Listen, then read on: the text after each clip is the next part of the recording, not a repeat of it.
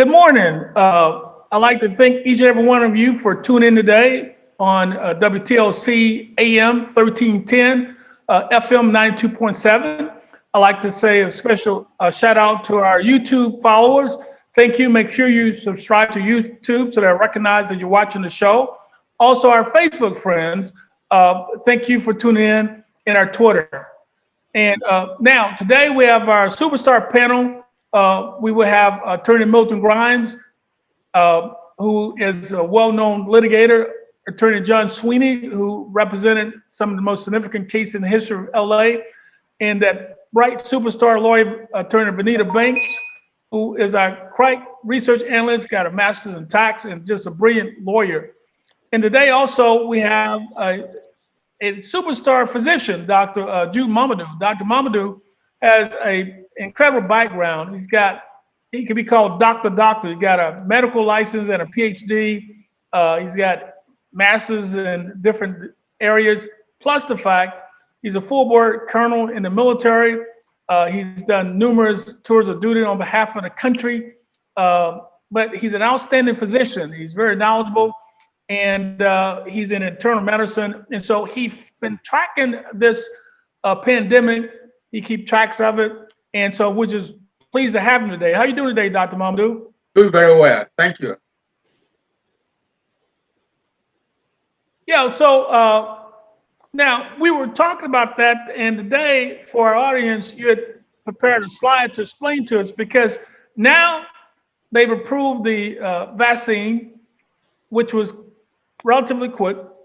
And like some of our all-star panel said, why would we want to take a vaccine that was approved that fast based on what has happened historically to African Americans in our country when they've been guinea pigs in these medical experiments?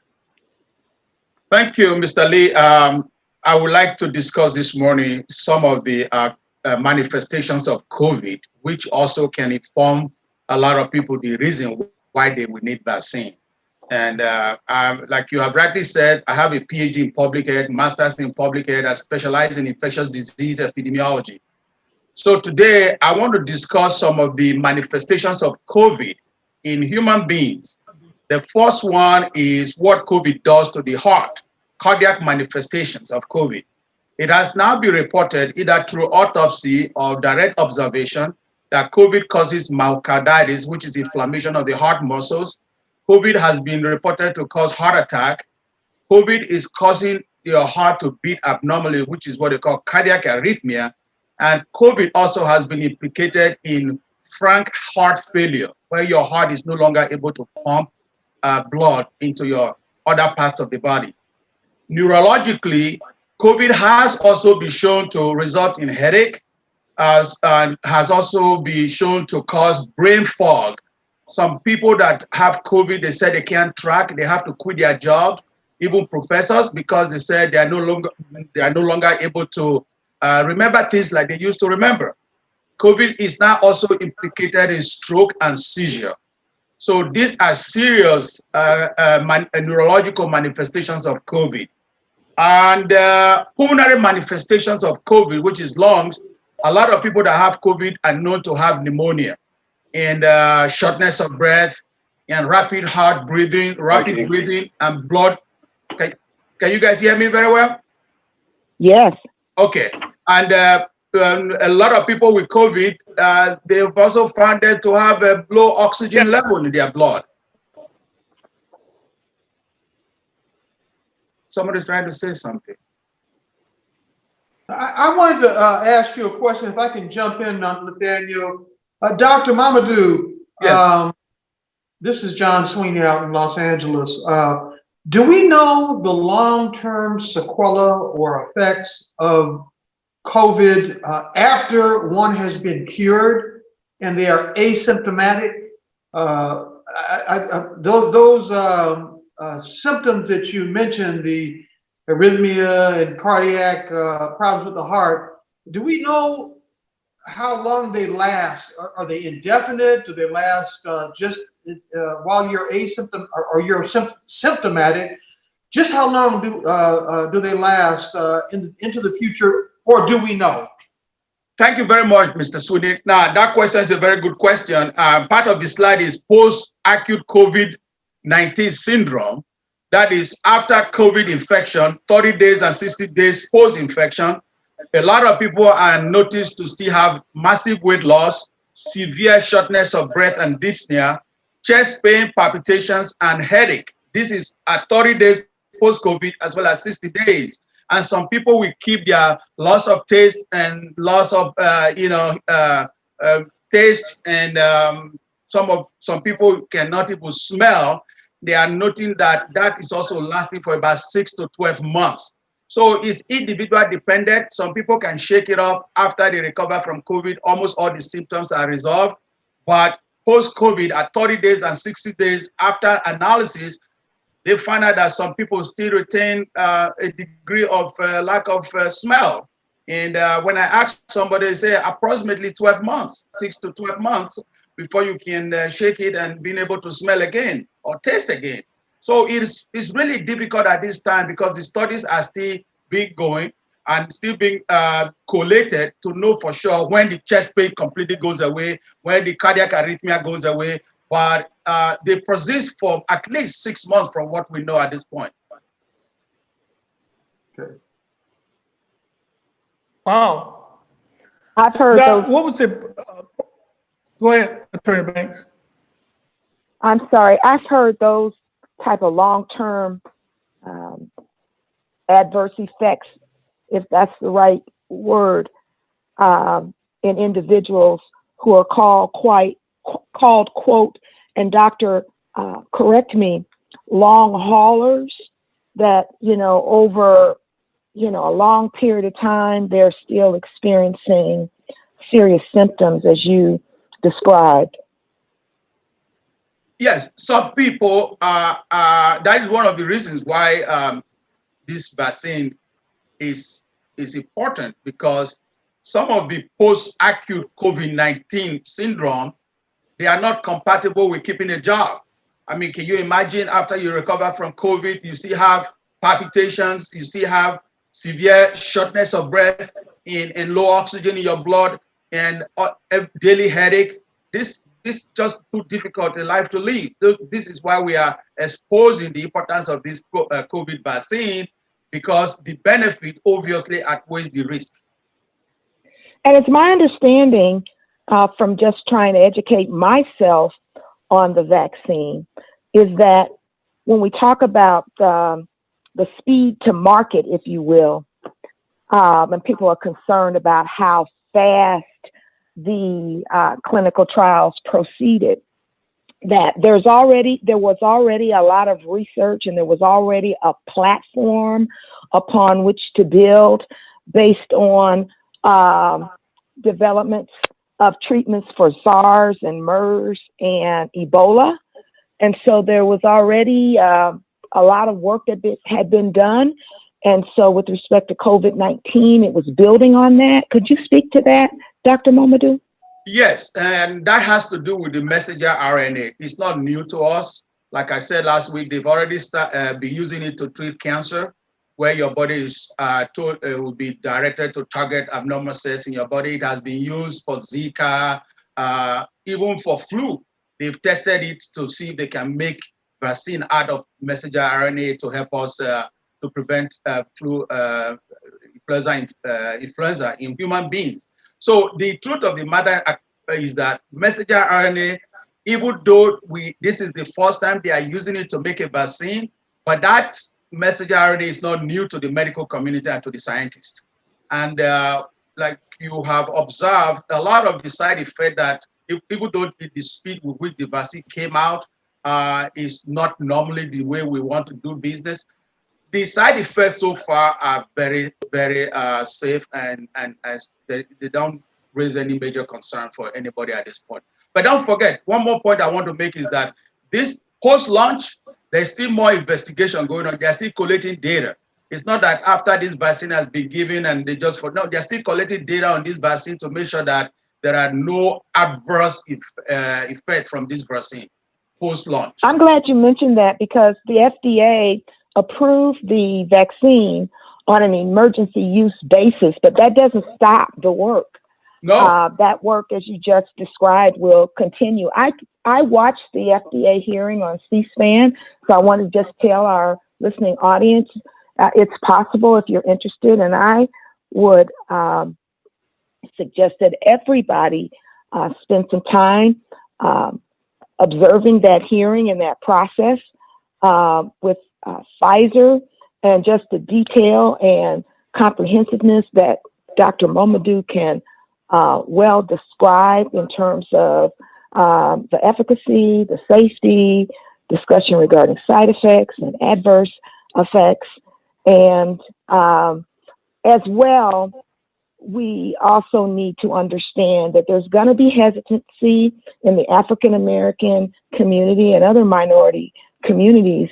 And the way to address that is these types of conversations. I was also on an urban league, participated in an urban league town hall meeting on Thursday with some of the most brilliant African American medical experts, your colleagues, Dr.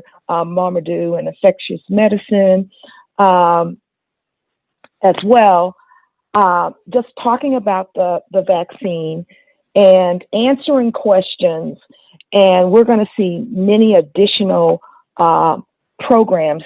They're in the works because there's got to be a massive information dissemination about the vaccine and side effects.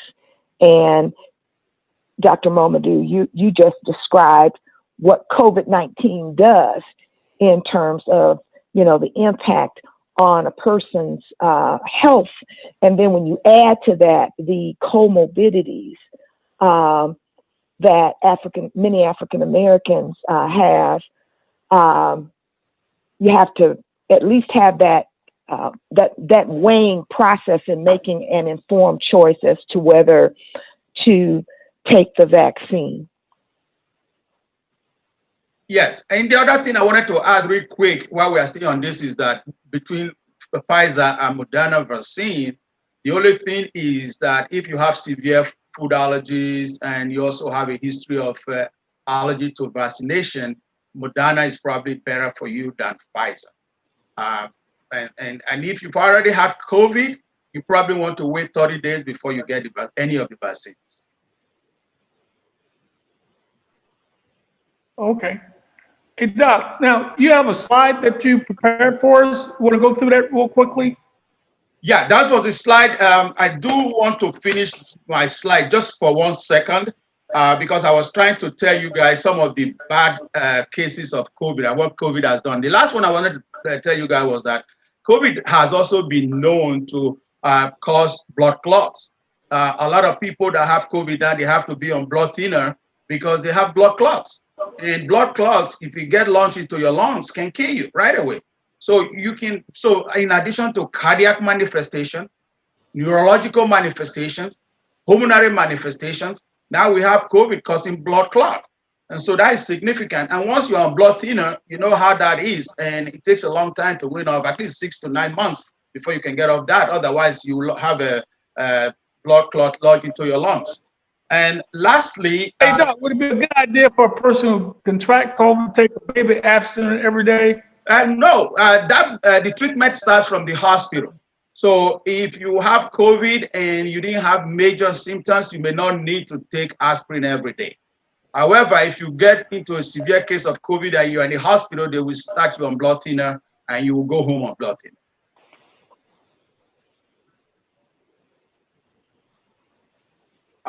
I think that is, other than that, if you don't have any more questions, go ahead with the next point. I can't hear you, sir. Oh, go ahead through your presentation. I apologize. The other thing I wanted to talk about that a lot of people are worried about is adverse effects of COVID. And the main thing that people worry about is GBS, Guillain-Barré, when your own cells start to attack the nerves, muscle nerves, and eventually leads to paralysis. And we have not seen it with any of the vaccines so far.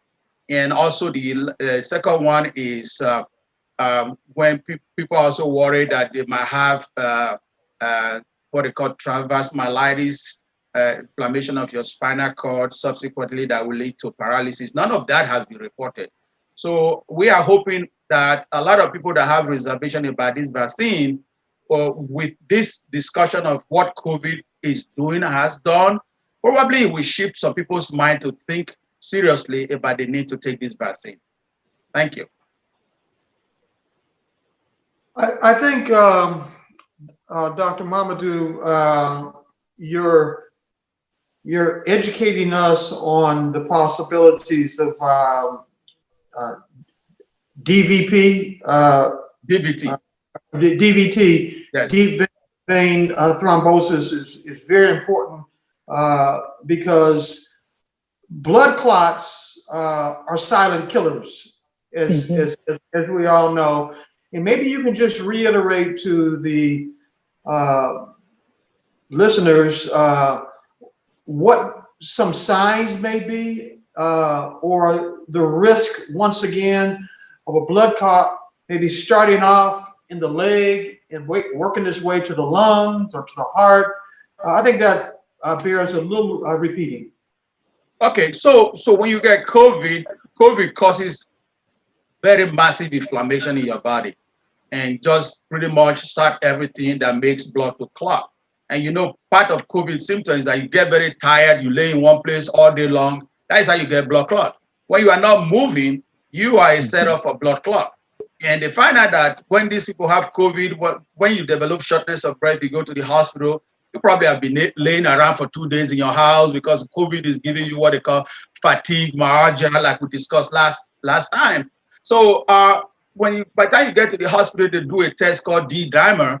D-dimer is one of the ways we can detect if you have possible DVT. That is found to be highly elevated.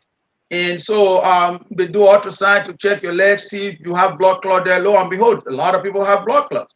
And what you want is for that blood clot not to travel from your below your knee, not to travel up all the way above the knee and then into your lungs. Because once it gets into your lungs, it's 50-50. It's fatal.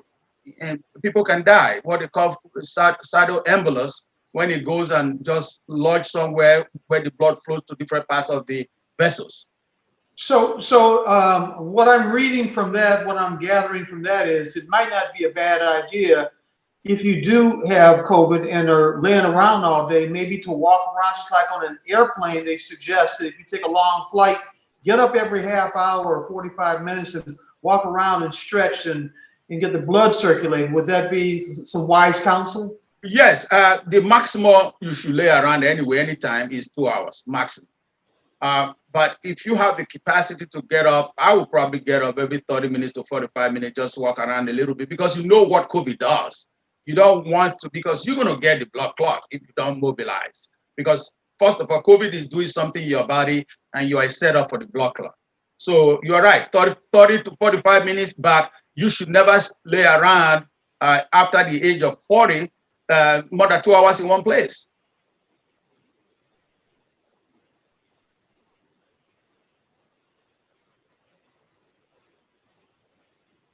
Nathaniel? Let me, if I can chime in here and ask. I couldn't hear him. My internet. Oh, yeah, I'm sorry. He had finished his answer, but I can ask him another question. Doctor, in the week that we've spoken, I mean, last week we talked about the reticence of African Americans to take this vaccine because of the historical things that have happened to African Americans with respect to being guinea pigs on vaccinations and experiments and things like that. In your practice, have you come across people who have that reticence to take the vaccination? And can you tell us, without telling any names, what some of the comments are, if that in fact is the truth, that some of your patients say, I don't know if I want to take it? Thank you very much, Mr. Sweeney. That question is also very important. Yes, my practice is in predominantly African American community, and have a lot of them as patients. And very many of them they have actually been very knowledgeable about this vaccine somewhat. They do have hesitation, and the hesitation is they are telling me they are not going to be the first one to take the vaccine. They want everybody else to take it. They ask me all the time, are you going to take it? I say, yes, I'll take it. And the ones that are well read, they have the knowledge about how by the Tuskegee experiment went, how for years and years and years, African Americans were getting placebo instead of getting penicillin injection with regards to the Tuskegee. But my goal and my job is to tell them this is the science. The science says if you get COVID, you have a chance of getting heart failure, and you have a chance of getting stroke, you have a chance of getting blood clot, and post-COVID, you can keep those diseases too. So because of this morbidity, we need to find a way, since they said the two vaccines that are available to us in the United States do not have serious adverse events. I think they need to consider taking it. It should be there. So that's what I've been selling to my patients. Because of the work of Fred Gray, National Bar Association, legendary civil rights attorney who represented the survivors and families of the Tuskegee experiment, the whole medical process, clinical trial process was revolutionized to what we're seeing today. And I think, Dr. Mamadou, is why we say that the U.S. process is the gold standard for clinical trials and this vaccine development. What do you think? Yeah, of course, you know that America is the mecca of medicine, a citadel of technological innovation. And one of the things I also like to discuss is that nobody in FDA wants this vaccine to turn out bad. Trust me. None of the scientists that are involved want their name to be put down for a vaccine rush that will end up causing a major problem more than the COVID. Having said that, though, but this is a pandemic. I always like to bring out the word pandemic, where everyone has a chance, at least 10 to 20% chance of dying. So with that in mind, and the work that the United States has done, one of the things people need to realize is that they had a minimum months that this trial must go through before it can be approved. It has to be at least 2 months. And in that 2 months, after they looked at the study participants, they couldn't find anything. And what you and I said earlier, this side effect, adverse effect is ongoing. That's why this is an emergency release. And at any point in time, if a major side effect of this vaccine is detected, they'll start giving it to people. And the next thing is to continue to investigate what else is happening. So I'm saying this to say that the United States scientists have done their best to give us what we can to fight this pandemic. And I think everybody needs to be comfortable with this vaccine as much as possible. But we're going to help people understand it. Let me ask Dr. you this. Mamadou? Yes. I'm sorry. This is such a fascinating area. We have such a wonderful expert. Dr. Mamadou, can you speak to the number of participants in these clinical trials? My understanding is that they may have been triple the usual number. And then also, could you speak to the demographics and what the percentages of African American participants in these trials was? So the Pfizer vaccine, like I said last week, were about 43,000 participants, and Moderna is about 30,000. And I went and looked at the demographics because I'm an African American to see if we were represented in the study. And I'm happy to tell you that African Americans were represented in cutoff age 18 and above. The percentage of African American in that, because it's a small study, I didn't see a lot of African Americans in study, but however, don't forget that there are so many people they captured. The study was going on in Brazil, in UK, in the US, in so many different places. And I was just happy that African Americans were in this study, and these vaccines also proved to be effective in the African Americans that participated in the study. But there were few. I saw six of them. Producer, we'll take one call after this. Producer, go ahead and let the one caller come through, one of the callers. You know, I'm surprised having attorneys in there that you have not mentioned that all these vaccination companies have absolute immunity. That means in any instance, they cannot be sued, even if they cause mass murder. So this is what it's leading to. They're going to keep on stringing us out and keep on stringing us out. And then the quarantine camps and the quarantine and isolation without notice or due process is what's coming down the tube. So I don't know how you attorneys think, what your motive is for promoting the vaccine, that there's no remedy if they cause mass murder. But I think you're misleading the people, and I think you're putting us into a position where we're going to have more and more the escalation of this so-called disease, which is nothing but a farce. The only way that you become immune to a disease is by getting the disease in your body, overcoming it. The fact that they're going to give it to people who are infirm and are in nursing homes right now suffering is going to kill a bunch of people, and that they're giving it to the healthcare officials that they don't know whether or not it's going to be work or not. And when they get sick, there's going to be the call for a mass quarantine lockdown, and that's what's going to happen. So I don't know what you guys are thinking, but all the COVID checks and stuff that they're leading up to, none of that's going to happen. You know none of it's going to happen. And to mislead people and tell them that everything is going along good, it's not going along good. This is going to result in a mass murder, and we're going to be sitting around talking about, oh, we wish we had done something. So we're getting to the point now, because of you guys, that we're going to be too weak to fight against this thing,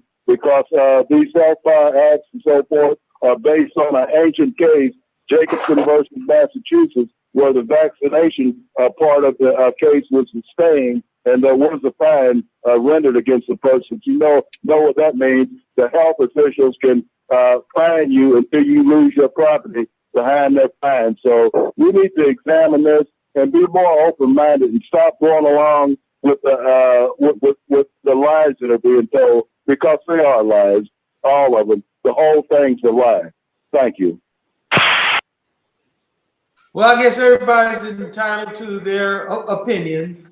Okay, Doc, that was a long tirade by one of our callers, but I wanted to debunk what he was saying, because the vaccine process is starting in countries all over the world, and those are not African Americans that are taking it, like in England and France and countries like that. You want to explain the process as to why this call is right or wrong? Well, like he said, he's entitled to his opinion, and I don't believe this is a way to commit mass murder. But the good news is that everybody wants to see their race represented. This vaccine, they find out that it's effective across races, gender, demographics, and this vaccine was followed in Brazil. It has been followed in the US. It has been followed in several places where they are conducting the study. So the study US is just part of the study.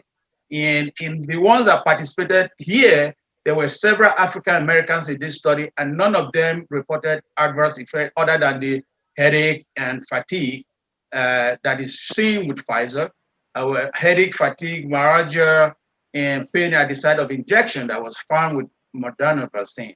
So again, a lot of people are reading different things about these vaccines. I think that so far what we've seen is enough to maybe make, if you are convinced, to allow yourself to proceed in getting the vaccine. Like I said before, if you have food allergy, very serious food allergy, and you have a history of allergies to any kind of vaccination, your best vaccine is Moderna. And unless you are getting the Pfizer in the hospital so that you can be monitored. And that is very important. I've also. Well, that one thing too, I need to point out to our audience. We're talking about mass murder. This week, in the last 6 days, we've had like 17,000 Americans to die. 17,000 in 6 days. And so we had a process that was basically not managed correctly by the federal government. So we've had more people die with this COVID than we did with Pearl Harbor or 9/11. All these significant events in American history is now being surpassed on a daily basis by COVID-19. And so we've never had mass murders in this country like we're experiencing now. I think people need to know that. We're getting between 2,500 to 3,100 people dying each day. And so we have to do something to get out of this process that's killing off all these Americans. And there's no end in sight. And of course, we know that African Americans are 3 times more likely to be hospitalized because of COVID, and almost 3 times more likely to die because of COVID. And, you know, one of the main objectives of this show is to disseminate information. And I wanted to also share that the African American medical professionals in this nation, including an organization called the Black Coalition Against COVID-19 and the National Medical Association, they are reviewing the data, and they've already sat down with Pfizer and Moderna and AstraZeneca to review that data. And they're going to be engaged in ongoing meetings.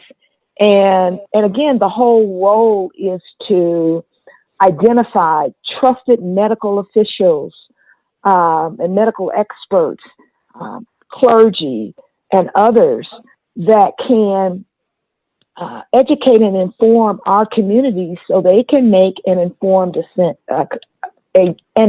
decision. My biggest worry is that members of the African American and other vulnerable communities not, have an opportunity to access this vaccine. And, we're among the most vulnerable. That would really be a paradox from my perspective.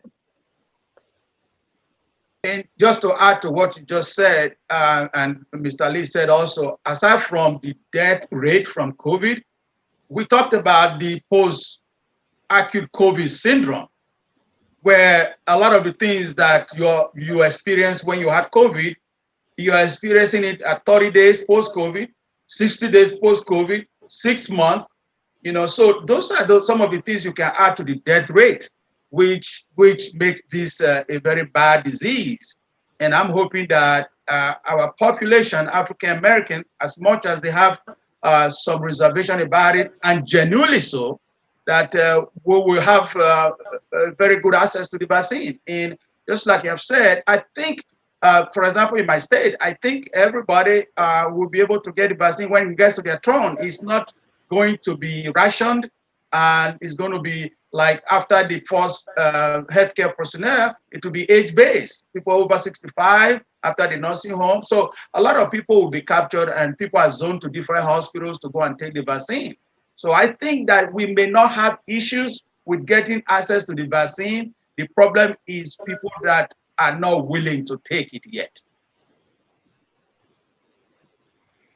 Hey, doctor, I was concerned about the Pfizer product, 100 degrees below zero, and they're saying that if they don't maintain that temperature after 5 days, the product may not be functional to act as a barrier to the disease process. How on earth will physicians be able to keep a product in their office at 100 degrees below zero for an extended period of time? Or because you have a rapid demand for it, will it all be used up within a few days? Yeah, so the Pfizer vaccine is minus 70 degrees plus or minus 10 degrees. And it can be stored at the refrigerator 2 to 8 degrees for only 2 to 5 days. And so you don't thaw it unless you know you are going to use it. And one of the good things is that Pfizer is sending GPS controlled freezers to deliver this stuff. So you have this packed somewhere, you don't access it until you know that people are going to take the vaccine. And so it's really, these vaccines are not going to be given at the doctor's office, especially the Pfizer vaccine. And when it gets there and you unthaw it, you got to use it within 5 days when you open it up. And you don't need to go to the vehicle that is conveying the vaccine to you, which is controlled by GPS, and the temperature is monitored through GPS to make sure that it's at minus 70 degrees. So it's really, really well controlled. But once you thaw the vaccine, you got to use it within 5 days.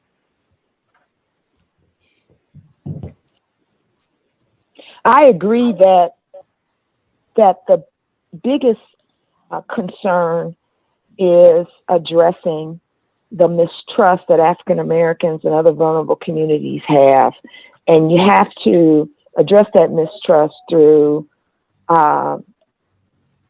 education and information and talking through it. You can't just, shift it aside because the experience is, has been real. I'm sorry, I lost connection momentarily. So there's got to be a lot of conversations. I mean, we can't delude ourselves into thinking that there's not really large hesitancy out there.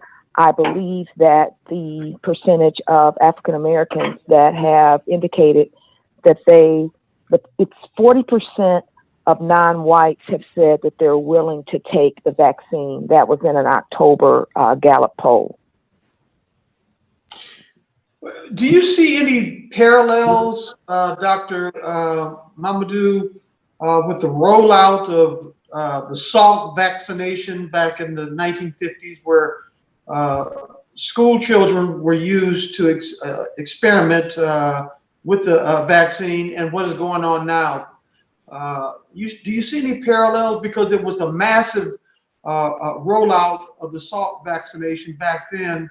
And I was in the late 50s, I was a very young boy. And I can recall us getting the vaccination in schools, and it was the #1 health hazard in the United States at that time. Do you see any parallels? Yeah, to an extent, but you also know that also has informed the scientists about what can happen when things are given like that, and they study it. And in the 50s, most of those vaccines, most of the side effects were mainly like, if you remember, the pain at the site of injection, redness at the site of injection, and and also you can remember that not too many people had all these adverse events from those vaccines, and that is what we are trying to let people know. With regards to this COVID vaccine, you can only remember 2 pandemics, right? The one in 1918 and the one in 2020 that we are in. And it took 40 years to get the flu vaccine. 40 years to get the flu vaccine. And when the flu vaccine came, you can see how many deaths the flu vaccine has prevented almost every year. I mean, even with that, people are still dying. So we cannot and we should not allow our people to use the past to drive what is happening right now, especially when it comes to experimentation. Nobody is going to be experimented on with this vaccine. But I respect opinions. A lot of people are going to wait. Let me just make this point real quick. A lot of non-blacks, a lot of people from other races are telling me they are not going to take the vaccine. And they said they will wait for people like me and the other frontline workers to take the vaccine and come back and let them know what's going on. So African Americans, the only reason we are pushing harder in that community is because COVID has really done a lot of damage to our community. And we cannot for people that want to take that vaccine, we want them to take it. We don't want them to be to still hold on to other things that will prevent them from taking the vaccine. Nate, may I interject, please? I arrived kind of late because I had technical problems, but this is a matter of real serious interest to me, being one that have seen a judge in a real serious trial of mine be given a bad dosage, so to speak, of a flu vaccine, and he went from one of the strongest judges I know to being just a shell in a convalescent home for the rest of his life, drilling his life away.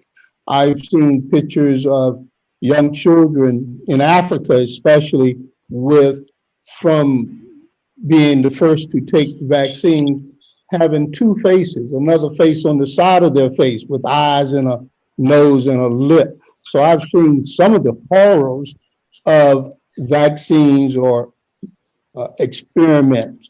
And with the rush to get a vaccine in this case, and understanding that it will affect our DNA, and maybe that's a misunderstanding on my part, there's just too many unanswered questions to readily get in line to take this shot at this particular time for me, even with the, the allegation that it's a conspiracy theory, you're just not intelligent enough to understand what's going on. There's still a concern. And Doctor, you speak very well. I agree with Vanita that we got a problem. I just don't know if we have taken the time to solve it properly. I just wanted to get that in, and I apologize again, Nate, for being late, but I couldn't get this thing to work. Not a problem. Let's go to the line real quick with Dr. Mamadou. We have a couple callers. Hey, producer, let's take one of the callers real quickly. Hello, and thank you for my call, Brother Nate, and all the other attorneys, and Dr. Mamadou. Thank you for taking my call. I'll be very brief here. I kind of agree with the last statement from a well-known attorney there, Dr. Mamadou. I've been in healthcare 30 years. Yeah, real quick. Yep, real quick. Dr. Mamadou, I share my concern, and I'm kind of taken aback. I don't know if you're originally from the United States, but I know people who were in Alabama and were a part of the Tuskegee experiment in my family. So I don't know if you're from the United States, but you just can't just put that away. Talking about we shouldn't let past problems with experimentation dictate future. John Henry Clark say people who don't learn from history are doomed to repeat it. The great Dr. John Henry Clark. Nate, what about the religious opt-out for this vaccine from a legal standpoint? A number of lawyers in my family have spoken on it. Can you give the public this religious reasoning to be able to opt out along with your medical reasons, like if someone has autoimmune disease? But give the religious opt out to the vaccine, the legality of that. And I'll let you off the air. Thank you. Well, first of all, there's not a legal requirement in America. There's still a democracy that makes it mandatory for people to actually take a vaccination. We've always had this process in America. Each year.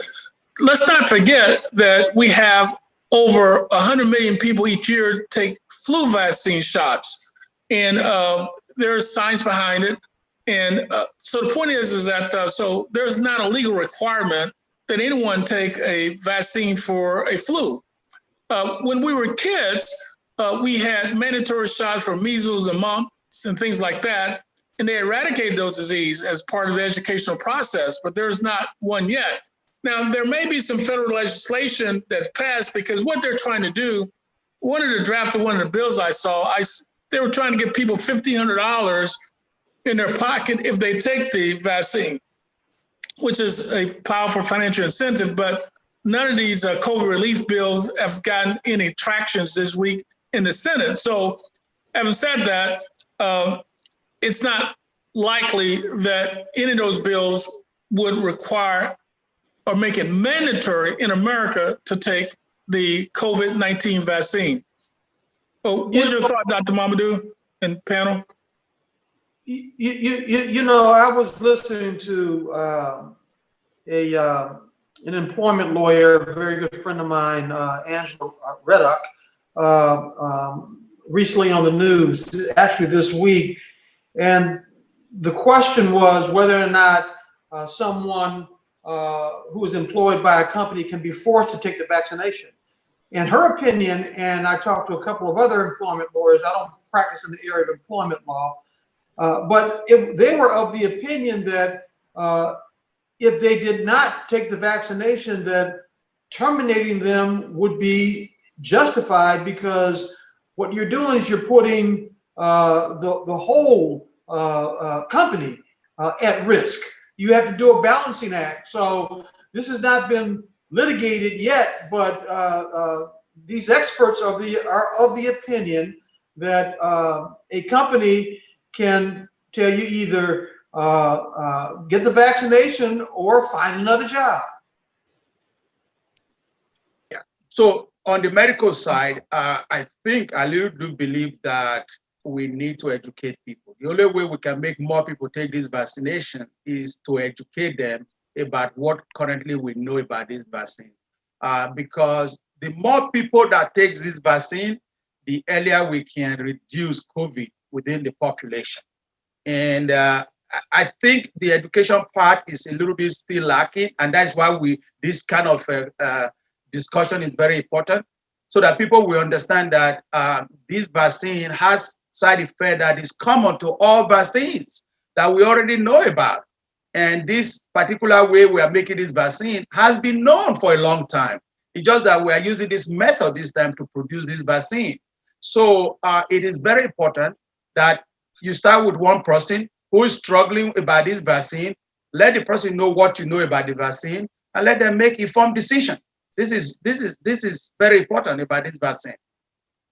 Let me also add that one of the leaders of the leader of the scientific research team that developed the Moderna vaccine, she's with the NIH. Kizzy Corbett is an African-American woman. So one of the things that we must articulate, to the general public, to African-American brothers and sisters, is that one of the vaccines was developed by an African-American woman, and that's just a fact. And we also have to say that we've got to acknowledge and reckon with that history. There is a very sound reason for the distrust, whether it's Dr. Marion Sims that we talked about, the so-called father of gynecology, to the Tuskegee experiment, to Henrietta Lacks, whose cancer cells were used in research without her consent. We have to reckon with that distrust and rebuild it, step by step. The challenge is, as Dr. Momadou said, we're in a pandemic and our people are dying every day from COVID-19. And so it's a really serious challenge that we have to bring all of our brain power to the table to ensure that our people are protected. Wow. Well, look, we have a few more minutes before our closing. And one final thought process. I see Milton, you joined us, and you have a lot of trepidation about this vaccine. Your final thoughts on this subject, Mr. Grimes? I know there is a pandemic. I know there is an emergency, but I would hate for the cure to be worse than the disease in the long run. And so I do believe that we should thoroughly check out this vaccine and not rush to a cure that has not been thoroughly investigated. And Attorney Sweeney. Yeah, I say follow the science. I say follow the experts. I have full faith and confidence in the CDC. I have full faith and confidence in our new administration coming in. Actually, Great Britain and Brazil have rolled out this vaccination. And I hate to say that they're a laboratory, but if there are any ill effects, we will know them from those countries before they roll out thoroughly in the United States? Attorney Banks? I would say to people that are hesitant to take the vaccine at this time that to keep asking questions and seeking answers from trusted members of your communities. Dr. Mamadou, one final thought? Yes, I want to thank you all for letting me come back. And I want to say that as much as possible, the only way we can succeed in helping people and making people take this vaccine is by being tolerant, listen to their point of view. Don't be too quick to say, oh, I think you don't even know what you're talking about. Everybody have a reason. Other than what we know before, some people have their own reason they don't want to share with you. So let us be tolerant with one another, but engage everyone with the knowledge that you have about the vaccine. That will help our community to come out and take this vaccine. Well, thank you very much. I think I'm going to incorporate all these ideas. They're all wonderful ideas on both sides of the issue, and I really appreciate it. I'd like to thank you, our audience, for dialing in today. Next week, we will have our Adopt a Family and our annual charitable event, and then we move on to 2021. So thank you for joining us each week, and I'd like to especially thank our guests, Attorney Milton Grimes, Attorney John Sweeney, and Attorney Vanita Banks. Thank you so much. Our production folks, Dr. Sonia Smith, and also our Anthony Venuto, who does our technical production. Thank you all, and have a blessed day. Thank you. Thank you for the opportunity.